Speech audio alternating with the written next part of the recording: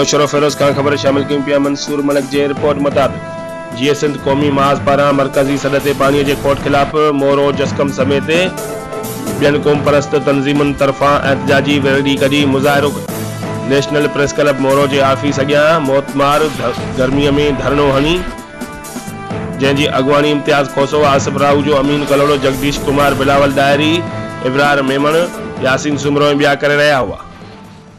सिंध में पाणीअ जी हथरादू खोट पैदा करे सिंध खे मुआशी तौर तबाह कयो पियो वञे ऐं ज़रख़ेज़ सिंध खे तबाही तरफ़ धिकियो पियो वञे, जेको अमल हरगिज़ बर्दाश्त न कयो वेंदो। पाणीअ जी खोट सबब सिंध जा माण्हू सख़्त परेशान आहिनि ऐं माण्हुनि समेत माल उञ मरी रहियो आहे। फसलूं तबाह थी वियूं आहिनि। पाणी असांजो जियापो आहे ऐं पाणी न मिलण सबब आबाद ज़मीनूं गैराबाद बणिजी रहियूं आहिनि। पंजाब पाणीअ ते ज़बरदस्ती कब्ज़ो करे वेठो आहे ऐं पंहिंजे इलाइक़े खे आबाद करे रहियो आहे। उन्हनि मुतालबो कयो त सिंध में पाणी खोट खे जल्द ख़त्म करे पाणी शोर कयो वञे।